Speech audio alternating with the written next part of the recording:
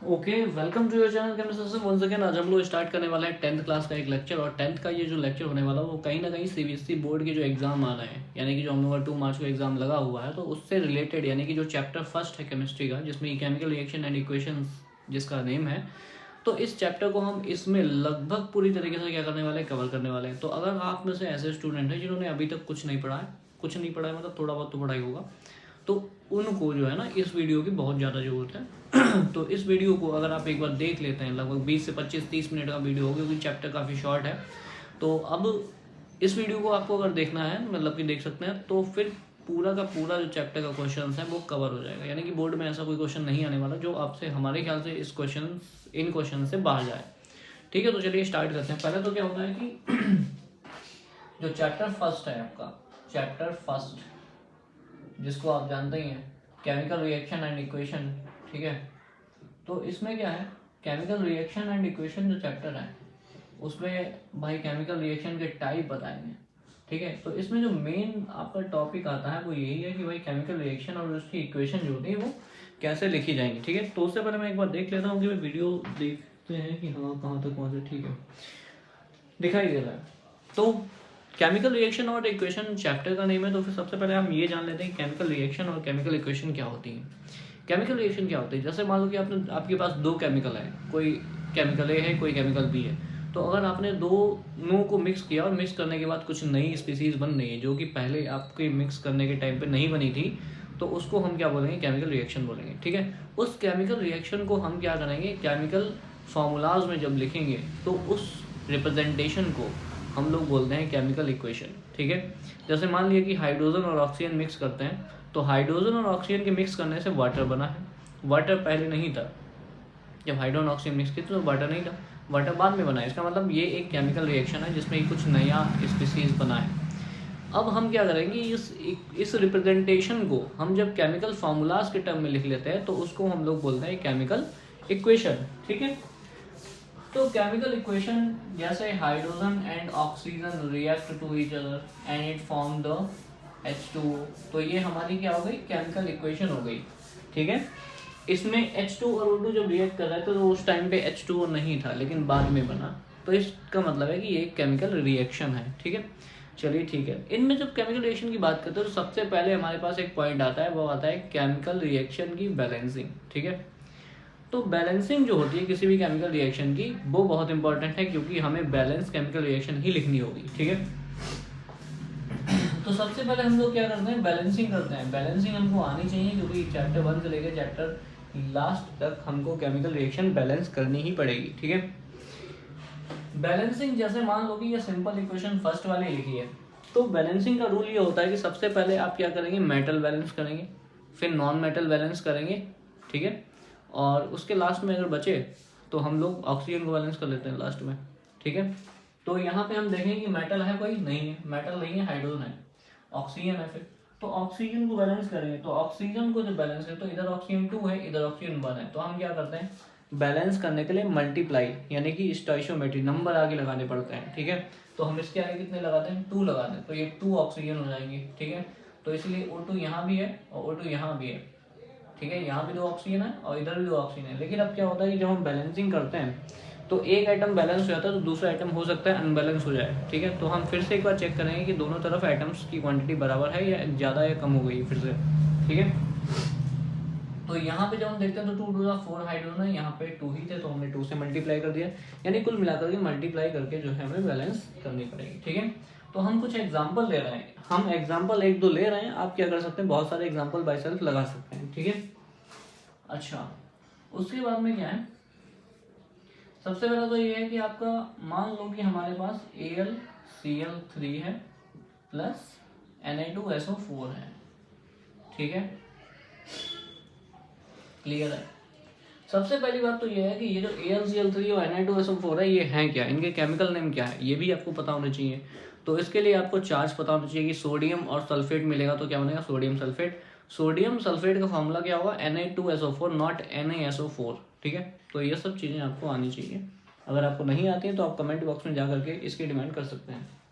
ठीक है, AlCl3 और Na2SO4। अब हमें क्या करना है कि यहाँ पे जो एल्यूमिनियम है वो जाएगा सल्फेट के साथ, तो एल्यूमिनियम सल्फेट बनेगा। ठीक है, अब हमें एल्यूमिनियम सल्फेट बनेगा ये पता है, लेकिन इसका फॉर्मूला हमें पता होना चाहिए एग्जैक्टली।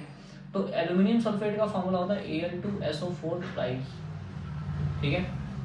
ऐसे ही सोडियम जाएगा एल्यूमिनियम के साथ क्लोरीन के साथ, तो क्या बन जाएगा सोडियम क्लोराइड। तो सोडियम क्लोराइड होता है NaCl।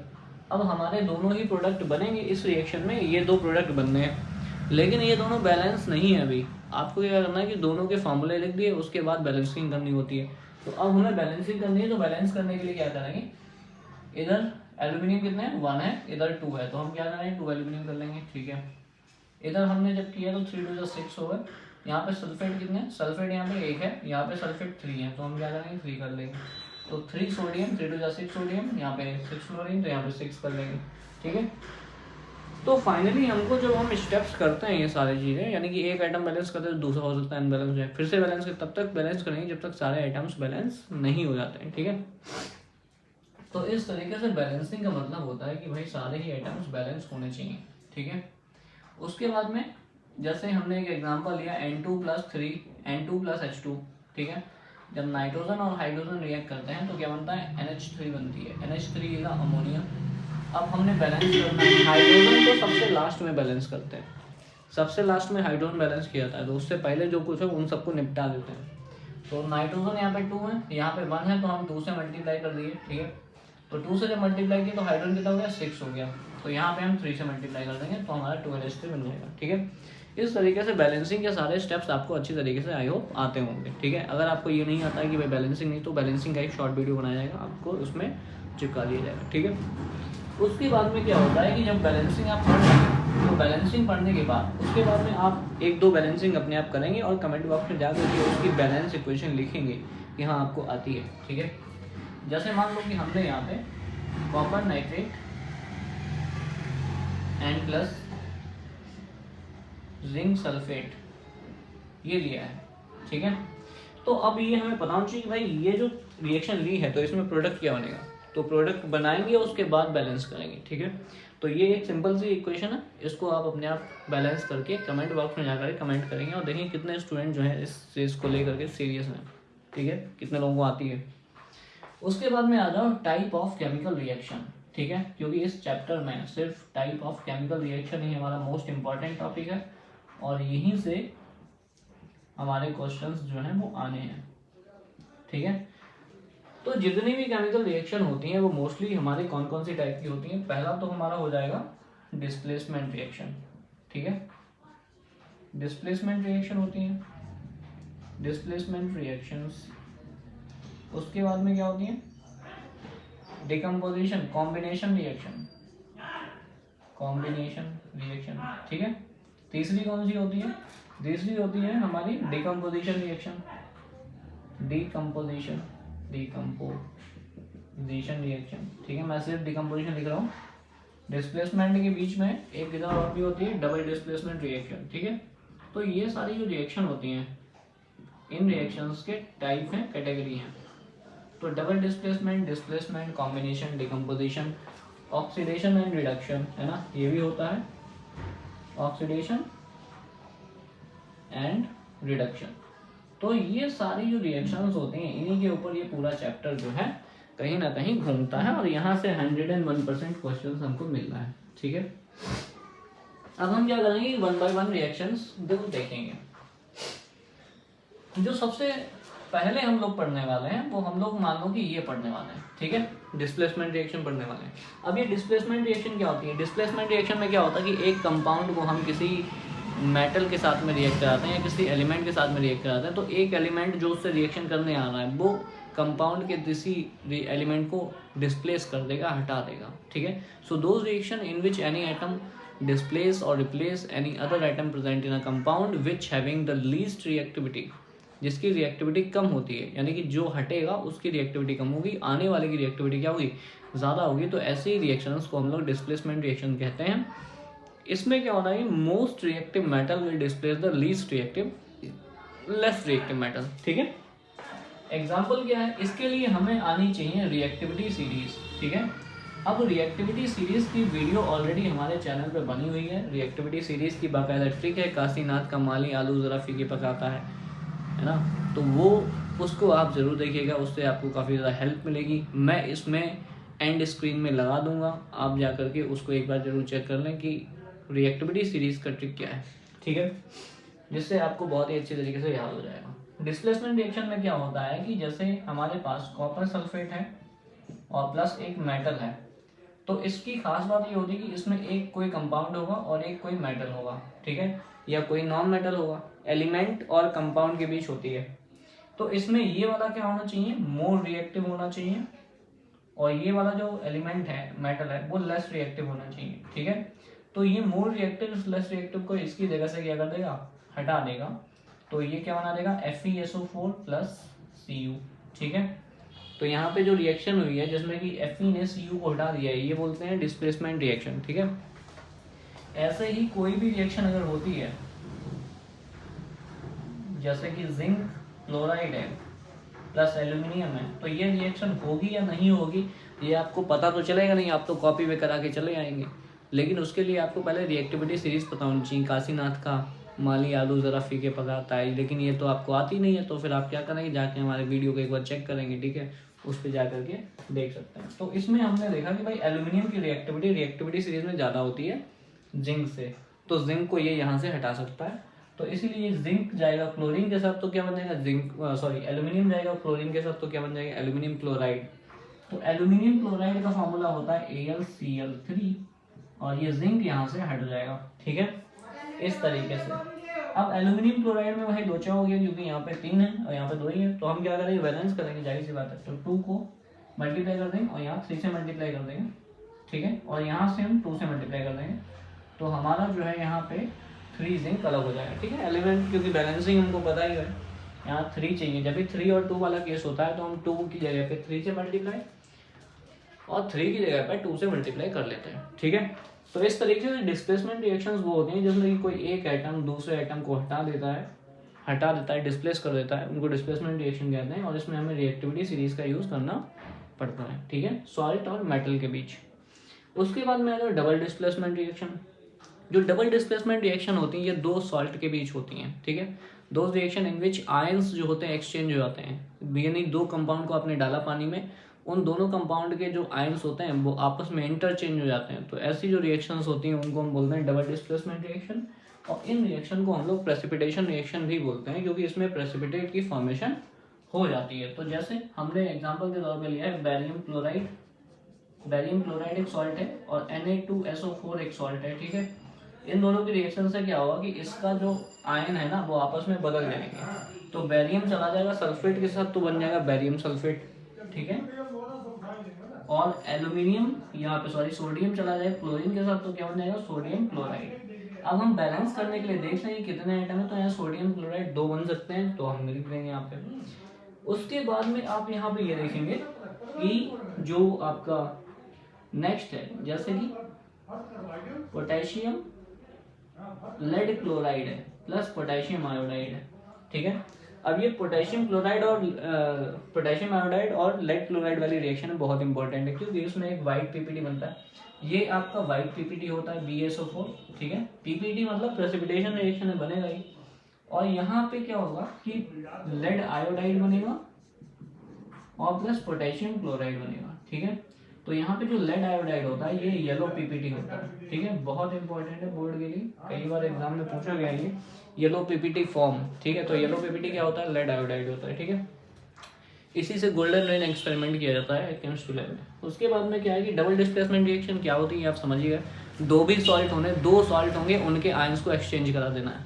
जैसे मैंने कहा कि भाई सोडियम क्लोराइड प्लस मेरा मन है कॉपर नाइट्रेट, ठीक है। तो तुम्हें इसमें रिएक्टिविटी नहीं देखनी है, तुम्हें क्या करना है, कॉपर क्लोराइड बना देना है, ठीक है, और प्लस सोडियम नाइट्रेट बना देना है। तो सोडियम नाइट्रेट का फॉर्मूला NaNO3 होता है। तो आप क्या कर लेना, 2 ले लेना यार, 2 ले लो, तो यार 2 कर लेना, बैलेंस है इक्वेशन, ठीक है। तो हमको क्या करना है, डबल डिस्प्लेसमेंट रिएक्शन में कुछ भी नहीं करना है, खाली आयंस को एक्सचेंज करा देना है, ठीक है। उसके बाद हमारी जो तीसरी रिएक्शन होती है वो होती है कॉम्बिनेशन रिएक्शन। कॉम्बिनेशन रिएक्शन क्या होती है, ऐसी रिएक्शन जिसमें कि 2 चीज़ों को आपने ऐड किया और दोनों कंबाइन होकर कोई एक प्रोडक्ट बना रहा है, तो ऐसी रिएक्शंस को हम क्या कहते हैं, combination reaction, and combination reactions are actually exothermic reactions, ठीक है। तो इस वाली रिएक्शन में क्या होता है कि दोनों रिएक्टेंट कंबाइन हो जाते हैं। तो इसमें एक बहुत ही इंपॉर्टेंट बोर्ड का एग्जांपल आता है कि कॉम्बिनेशन रिएक्शन में कैल्शियम प्लस ऑक्सीजन अगर रिएक्ट कर गई तो क्या बन जाएगा, कैल्शियम ऑक्साइड। तो हम ये देख रहे हैं कि कैल्शियम ऑक्सीजन जुड़ गए और जुड़ने के बाद कैल्शियम ऑक्साइड बन गया, सिंपल सी बात। तो कॉम्बिनेशन रिएक्शन है। ऐसे ही magnesium ribbon burn in the presence of oxygen, so it will convert into magnesium oxide. This is also a type of combination reaction, ठीक है। जितनी कॉम्बिनेशन रिएक्शन है वो एक्सोथर्मिक होती है मोस्टली। उसके बाद में जो कैल्शियम ऑक्साइड होता है प्लस वाटर, ये वो रिएक्शन है जिसमें कि क्विक लाइन को वाटर में अगर डालते हैं तो क्विक लाइन को वाटर में डालने पे बहुत ही लार्ज अमाउंट में हीट निकलती है और क्या बनता है, स्लैक लाइम बनता है या फिर लाइम वाटर बनता है, ठीक है। तो इसमें ये जो रिएक्शन है इसमें हम देख रहे हैं कि दो रिएक्टेंट है लेकिन प्रोडक्ट एक ही बन रहा है, मतलब कंबाइन हो रहा है। तो ऐसी जो रिएक्शंस होती है उनको बोलते हैं कॉम्बिनेशन रिएक्शंस, ठीक है। तो ये सारे एग्जांपल है कॉम्बिनेशन रिएक्शन के। कॉम्बिनेशन रिएक्शन का ये वाला जो एग्जांपल है जिसमें कि quick lime treated with water and it will give out the calcium hydroxide और slack lime, and it is a very highly exothermic reaction. Exothermic reaction होती है तो जाहिर सी बात है, बाकी आगे आप जानते ही क्योंकि पूरे ईयर आपने पढ़ा है अच्छी तरीके से, ठीक है। तो ये हो गया। उसके बाद में हमारा जो सेकेंड होता है यानी कि जो फोर्थ होता है टाइप, वो होता है डिकम्पोजिशन। डिकम्पोजिशन क्या होता है, डिकम्पोजिशन रिएक्शन कॉम्बिनेशन रिएक्शन की क्या होती है, अपोजिट होती हैं। इसमें कोई कंपाउंड को हम अगर हीट कर देते हैं, ठीक है, किसी कंपाउंड को आप अगर हीट कर दें तो वो कंपाउंड जो होता है एक या एक से ज़्यादा टाइप के प्रोडक्ट में ब्रेक हो जाएगा, ठीक है। तो इसको मैं बता रहा हूँ और कॉम्बिनेशन रिएक्शन के बाद में हम लोग डिकम्पोजिशन रिएक्शन के टाइप पढ़ने वाले हैं। डिकम्पोजिशन रिएक्शन क्योंकि बहुत इंपॉर्टेंट है, क्योंकि डिकम्पोजिशन रिएक्शन 3 टाइप की होती हैं, ठीक है। कौन कौन सी टाइप की, 3 टाइप की। पहला होता है फोटोलिटिक डिकम्पोजिशन या फोटोकेमिकल डिकम्पोजिशन, ठीक है, इसको हम लोग फोटोकेमिकल डिकम्पोजिशन भी बोलते हैं। दूसरा है इलेक्ट्रोलिटिक डिकम्पोजिशन, इलेक्ट्रोलिटिक डिकम्पोजिशन मतलब इलेक्ट्रिसिटी। और तीसरा होता है थर्मल डिकम्पोजिशन, ठीक है। तो हम इसको 1 बाय 1 पढ़ने वाले हैं। अब क्या होता है कि अगर आपने किसी भी कंपाउंड को, अगर किसी कंपाउंड को हम हीट दे करके, ठीक है, हीट दे करके अगर हम किसी कंपाउंड को ब्रेक करते हैं तो उसको बोलते हैं थर्मल डिकम्पोजिशन। यानी कि when any substance is break down into 2 और more than 2 compounds with the help of the heat, so this is actually known as thermal decomposition, ठीक है। थर्मल डिकम्पोजिशन के एग्जाम्पल बहुत सारे हैं, जैसे किसी भी कार्बोनेट को अगर आप हीट कर देते हो, किसी भी कार्बोनेट को अगर आग में तपा दो तो वो ऑक्साइड में कन्वर्ट हो जाएगा प्लस CO2 इवॉल्व हो जाएगी। ये इंपॉर्टेंट कैरेक्टरिस्टिक है सभी का। जैसे हमने कह दिया कैल्शियम कार्बोनेट तो क्या बनेगा, कैल्शियम ऑक्साइड प्लस CO2, ठीक है। हमने कह दिया भाई सोडियम कार्बोनेट तो सोडियम ऑक्साइड प्लस CO2, ठीक है। तो ये क्या बन जाएगा, सोडियम कार्बोनेट का सोडियम ऑक्साइड बन जाएगा और प्लस CO2 बन जाएगा, ठीक है। उसके बाद में और क्या हो सकता है, और ये हो सकता है कि कैल्शियम हाइड्रोक्साइड है आपके पास, कैल्शियम हाइड्रोक्साइड को अगर आप हीट कर देते हो तो ये कैल्शियम ऑक्साइड प्लस वाटर में अलग हो जाता है, ठीक है। तो ये सारी एग्जांपल हमने ये देख रहे हैं कि इसमें किसी भी कंपाउंड को हीट करें तो ब्रेक हो रहा है एक से ज़्यादा कंपाउंड्स में, तो ये कैसी है, decomposition reaction. This is important and this is very most important. Lead nitrate salt is heated, ये बोर्ड में कई बार आया है, ठीक है। तो लेड नाइट्रेट का जो सॉल्ट होता है वो होता है वाइट या कलरलेस, ठीक है। तो जब हम इसको हीट करते हैं तो हीट करने पे ये लेड ऑक्साइड में कन्वर्ट हो जाता है प्लस NO2 गैस और प्लस O2 गैस, ठीक है। इसको बैलेंस आप कर लेना, बैलेंसिंग आप लोगों को आती है, ठीक है। अगर नहीं होता है तो आप कमेंट कर सकते हैं। उसके बाद में लेड नाइट्रेट का बहुत ही इंपॉर्टेंट है क्योंकि यहाँ पे एक गैस इवॉल्व होती है, इसको बोलते हैं NO2 gas. This is a colourless, this is reddish brown colour gas, ठीक है। कलरलेस नहीं होती है, रेडिश ब्राउन कलर गैस होती है जो कि NO2 गैस बोली जाती है। तो क्वेश्चन ऐसे पूछा जाता है कि भाई nitrate salt is heated and it gives out a reddish brown colour gas which having the pungent smell, identify this reddish brown colour gas, ठीक है। इस तरीके से आपसे पूछ लेगा तो आप अच्छी तरीके से बता देंगे क्योंकि मैंने आपको यहाँ पे बता दिया है, ठीक है। उसके बाद में एक और एग्जाम्पल है जो कि बोर्ड में कई बार आता है, FeSO4। तो फिर FeSO4 जो होता है वो फेरस सल्फेट होता है। फेरस सल्फेट को ग्रीन बेट्रियोल भी बोलते हैं। फेरस सल्फेट को अगर हम हीट करते हैं तो ferrous sulphate will change into ferrous oxide, ferric oxide plus sulphur dioxide plus sulphur trioxide, ठीक है। तो इसको हम जब हीट करते हैं तो ये फेरिक ऑक्साइड, सल्फर डाइऑक्साइड और सल्फर ट्राइऑक्साइड में कन्वर्ट हो जाता है। थर्मल डिकम्पोजिशन बोर्ड को बहुत पसंद है, इससे एग्जांपल आप ये मान के चलिए कि 99% क्वेश्चन यहाँ से बन जाता है। अच्छा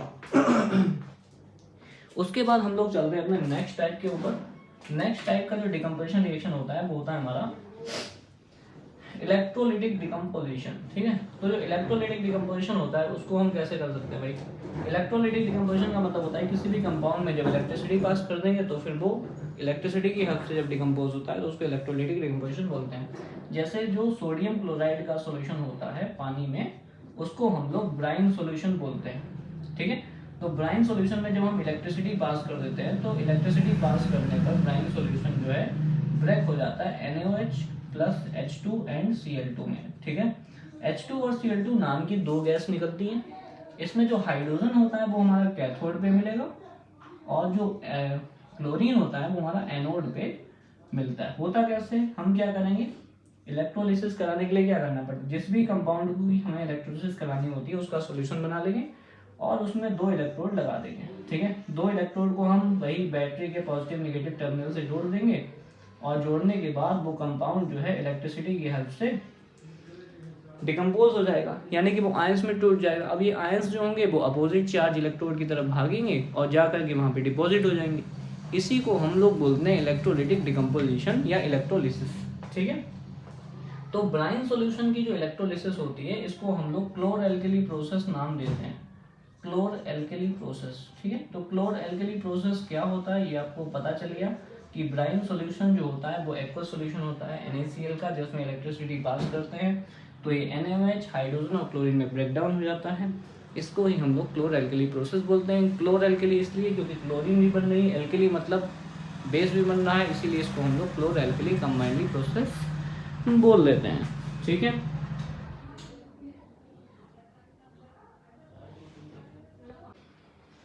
ठीक है, तो कहने का मतलब ये है कि क्लोर एल्केली प्रोसेस के बारे में हमको पता चल गया। तो ये एक तो इलेक्ट्रिसिटी की हेल्प से इसमें हम लोग क्या करेंगे, इलेक्ट्रिसिटी पास करेंगे। उसके बाद में दूसरा जो होता है मोल्टेन NaCl, ये भी इंपॉर्टेंट है। मोल्टेन NaCl क्या होता है, मोल्टेन NaCl का मतलब होता है कि भाई पिघला हुआ NaCl। तो पिघला हुआ NaCl है उसमें अगर हम इलेक्ट्रिसिटी पास करते हैं तो उसकी खास बात ये है कि ये दोनों रिएक्शन सेम टाइप की आपको लगेंगे लेकिन इसमें प्रोडक्ट हमें अलग अलग मिलेगा, ठीक है। तो इसमें जो मोल्टेन NaCl होता है इसमें हमें सिर्फ सोडियम और क्लोरीन गैस ही इवॉल्व होती है, क्योंकि मोल्टेन का मतलब होता है पिघला हुआ है, उसमें वाटर नहीं है, ठीक है। तो इसका मतलब दो ही टाइप के एनायंस होंगे, दो ही टाइप के आयंस होंगे, एक तो सोडियम और एक क्लोरीन। तो दो ही का होगा डिकम्पोजिशन वहाँ पे। यहाँ पे NaOH नहीं बनेगा क्योंकि वहाँ पे वाटर नहीं है, ठीक है। तो ये आपको याद रखना है कि यहाँ पे जो प्रोडक्ट बनेगा वो ही बनेगा। अब ये सोडियम कहाँ जाएगा, सोडियम जाएगा भैया कैथोड पे और क्लोरीन जाएगी हमारी एनोड पे। So this is the difference between the electrolysis of the aqueous NaCl solution and electrolysis of the molten NaCl salt, ठीक है। उसके बाद में हमको क्या करना है कि ये थर्मल डिकम्पोजिशन के बाद में इलेक्ट्रोलिटिक डिकम्पोजिशन, उसके बाद में हमारा एक बचा है फोटोलिटिक डिकम्पोजिशन, ठीक है। तो जो फोटोलिटिक डिकम्पोजिशन होता है वो भी बहुत अच्छा होता है। फोटोलिटिक डिकम्पोजिशन का मतलब होता है कि जब हम किसी कंपाउंड को सनलाइट में रख दें, ठीक है, इस पे सनलाइट पड़े और सनलाइट की प्रेजेंस में वो क्या हो जाए, डिकम्पोज हो जाए, तो इस टाइप के जो डिकम्पोजिशन होता है उसको हम लोग कहते हैं फोटोकेमिकल डिकम्पोजिशन। तो इसमें हमको क्या करना है, दो तीन सॉल्ट के याद रखने हैं, एक तो AgCl का, एक AgBr का, ठीक है। तो जितने भी सिल्वर के सॉल्ट होते हैं उन पे अगर हम सनलाइट डाल देते हैं, सनलाइट मतलब UV लाइट, ठीक है। तो UV लाइट अगर डाल देते हैं तो वो सिल्वर और क्लोरीन या ब्रोमीन में अलग अलग ब्रेक हो जाते हैं, ठीक है। तो इस तरीके से ये जो होता है डिकम्पोजिशन वो सनलाइट की हेल्प से होता है, इसीलिए इसको हम लोग बोलते हैं फोटोलिटिक डिकम्पोजिशन, ठीक है। आई होप आपको सारी चीज़ें समझ में आ रही होंगी। अगर आपको समझ में आ रहा है, आप देख रहे हैं कि भाई देखिए चैनल भी सब्सक्राइब नहीं है तो चैनल को सब्सक्राइब जरूर कर लेना और दोस्तों के साथ शेयर जरूर कर देना, क्योंकि शेयरिंग बहुत अच्छी चीज़ होती है, शेयरिंग से बॉन्डिंग अच्छी होती है, ठीक है। उसके बाद में हम लोग चल रहे हैं ऑक्सीडेशन के ऊपर, ठीक है। तो ऑक्सीडेशन क्या होता है, ऑक्सीडेशन का मतलब होता है भैया एक टाइप की रिएक्शन है ये। तो ऑक्सीडेशन का मतलब ये होता है कि ऑक्सीडेशन क्या है, the chemical reaction in which addition of oxygen, removal of hydrogen या removal of electron takes place from any substance, this is called oxidation reaction. तो ऑक्सीडेशन रिएक्शन में क्या होता है कि किसी भी कंपाउंड में ऑक्सीजन ऐड हो जाती है, हाइड्रोजन रिमूव हो जाती है या इलेक्ट्रॉन रिमूव हो जाता है, तो ये सब भी अगर इनमें से कुछ भी अगर हो रहा है तो उसको हम लोग बोलते हैं ऑक्सीडेशन रिएक्शन। ठीक है, तो ऑक्सीडेशन रिएक्शन की हम एग्जांपल देख लेते हैं। जैसे मैग्नीशियम प्लस ऑक्सीजन रिएक्ट हो रही है तो मैग्नीशियम ऑक्साइड बन रहा है। अब हमने ये देखा कि जो मैग्नीशियम है, मैग्नीशियम में ऑक्सीजन ऐड हो गई है, तो मैग्नीशियम का क्या हो गया, ऑक्सीडेशन। तो ऑक्सीडेशन किसका हुआ है, मैग्नीशियम का, समझ गए ना, जिसमें ऐड होगी उसका ऑक्सीडेशन होगा। ठीक है, जिससे हाइड्रोजन रिमूव होगी उसका ऑक्सीडेशन होगा। ठीक है, उसके बाद में जैसे मान लो कि तुम्हारे पास कैल्शियम प्लस ऑक्सीजन, ठीक है, तो ये हुआ है कैल्शियम ऑक्साइड। तो इसमें ऑक्सीडेशन किसका हुआ है, कैल्शियम का हुआ है, क्योंकि कैल्शियम में ऑक्सीजन ऐड हुई है ना। उसके बाद में ये तो हमारा एग्जांपल हो गया एडिशन ऑफ ऑक्सीजन का, addition of oxygen, removal of hydrogen. ठीक है, तो रिमूवल ऑफ हाइड्रोजन की अगर बात करोगे तो रिमूवल ऑफ हाइड्रोजन का क्या एग्जांपल ले सकते हैं।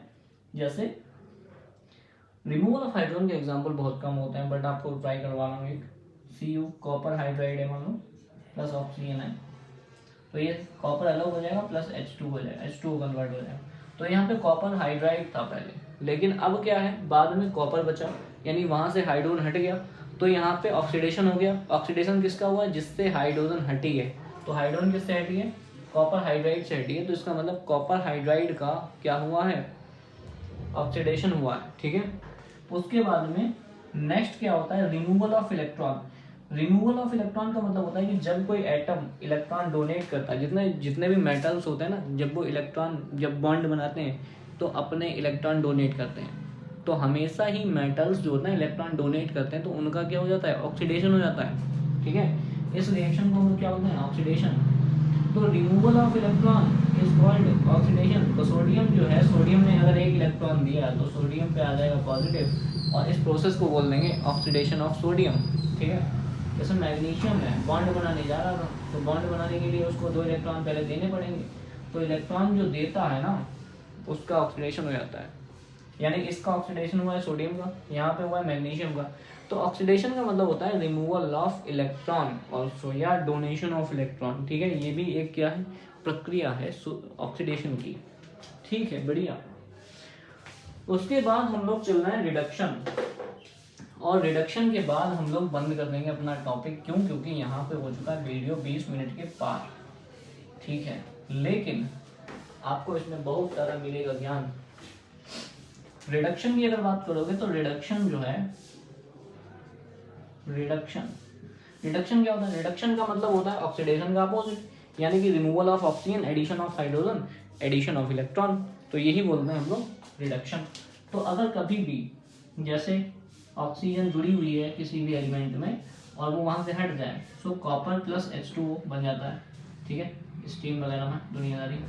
ठीक है, तो ये जो हो रहा है इसमें देखो, कॉपर ऑक्साइड से ऑक्सीजन हट रही है, तो कॉपर ऑक्साइड का क्या हो रहा है, रिडक्शन हो रहा है। ठीक है, ऐसे ही आप क्या करोगे, एडिशन ऑफ हाइड्रोजन का अगर एग्जांपल लेंगे तो यहाँ पे हमने ये देखा कि अगर हम इनकी रिएक्शन करा रहे हैं तो हाइड्रोजन इसका प्रोडक्ट बना रहे हैं। ठीक है, अभी आपको ये नहीं देखना है बना कैसे, आपको ये देखना है हुआ क्या है।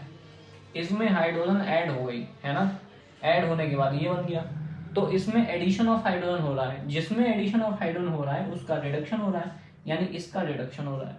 ठीक है, समझ गया ना। उसके बाद addition of electron, addition of electron जैसे मान लो क्लोरीन NaCl बनता है, तो Na अपना इलेक्ट्रॉन डोनेट करता है, क्लोरीन उसका इलेक्ट्रॉन क्या कर लेता है, गेन कर लेता है। तो यहाँ पे Na का क्या हो जाता है, ऑक्सीडेशन, और Cl का क्या होता है, रिडक्शन। तो रिडक्शन का मतलब होता है गेन ऑफ इलेक्ट्रॉन ऑल्सो। तो गेन ऑफ इलेक्ट्रॉन होने से क्या होता है, किसी भी एलिमेंट के ऊपर नेगेटिव चार्ज आ जाता है। ठीक है, तो इसका मतलब ऑक्सीजन जो है ना वो कितने इलेक्ट्रॉन ले रहा है, 2 इलेक्ट्रॉन ले रहा है, तो ऑक्सीजन में कितने चार्ज आएगा, -2। जितना इलेक्ट्रॉन ले रहा है उतना ही माइनस चार्ज आ जाएगा। ठीक है, तो इन सभी प्रोसेस में हमने ये देखा कि भाई यहाँ पे रिडक्शन और ऑक्सीडेशन जो है ये होता है। अब मैं आपको एक छोटी सी चीज बता दे रहा हूँ, यहाँ पे एक बोर्ड में क्वेश्चन आता है oxidising reagent and reducing reagent, ये आपको जरूर याद रखना है, oxidising reagent and reducing reagent. ठीक है, तो oxidising reagent and reducing reagent आपको याद रखने हैं। ऑक्सीडाइजिंग रीजेंट और रिड्यूसिंग रीजेंट क्या होता है? ऐसे सारे ही केमिकल सब्सटेंसेस जो दूसरे को ऑक्सीडाइज करते हैं उनको क्या बोलते हैं? Oxidising reagent. और जो दूसरे को रिड्यूस करते हैं उनको क्या बोलते हैं? Reducing reagent. ठीक है, एग्जाम्पल के तौर पे हम देख रहे हैं, जैसे इसमें जो है ना, इसका क्या हो रहा है? ऑक्सीजन हट रही है।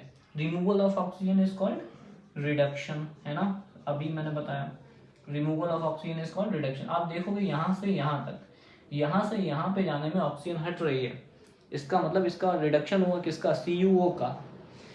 रिडक्शन कर कौन रहा है? रिडक्शन जिसकी प्रेजेंस में हो रही होती है वो रिड्यूसिंग रीजेंट होता है, यानी ये यहाँ पे क्या है? Reducing reagent, reducing reagent. ठीक है, और यहाँ पे दूसरा एग्जांपल अगर हम लेंगे, दूसरा एग्जांपल अगर आप लोगे, जैसे कि आप ले सकते हो यहाँ पे magnesium plus oxygen react, MgO। ठीक है, तो इसमें देखेंगे कि मैग्नीशियम में ऑक्सीजन जुड़ गई है, तो मैग्नीशियम का क्या हो गया? ऑक्सीडेशन। ऑक्सीडेशन कर कौन रहा है? ये। तो यहाँ पे ऑक्सीडाइजिंग रीजेंट क्या हो गया? ऑक्सीजन। तो मतलब क्या होता है कि जिसका ऑक्सीडेशन या रिडक्शन होता है उसके बाद जो स्पीसीज बचती है उसी को हम लोग ऑक्सीडाइजिंग या रिड्यूसिंग रीजेंट बोलते हैं। ठीक है, तो इस तरीके से आपको आई होप ये सारी चीज़ें समझ में आ गई होंगी। अगर आपको फिर भी इस टाइप के क्वेश्चंस, अभी इस चैप्टर का हम PYQ जो है 1 शॉट लाने वाले हैं, यानी कि अभी हमने एक तो ये बना दिया है टॉपिक के ऊपर, अभी एक पूरा PYQ क्वेश्चन से लिखेंगे, पूरे बोर्ड पे PYQ क्वेश्चन लिखे होंगे और उन PYQ क्वेश्चन को ही हम विद इन 15 मिनट में सॉल्व कर लेंगे। ठीक है, क्योंकि उन क्वेश्चंस को मैं पहले ही लिख के रखूँगा जिससे कि मुझे दोबारा लिखने की जरूरत ना हो। लगभग 20 से 25 क्वेश्चंस में आपका पूरा chapter chemical reaction and equation क्या हो जाएगा? खत्म हो जाएगा। तो उन क्वेश्चंस को एक बार जरूर देख लेना, और तब तक के लिए tata bye bye, thank you so much. Subscribe नहीं है तो कर देना।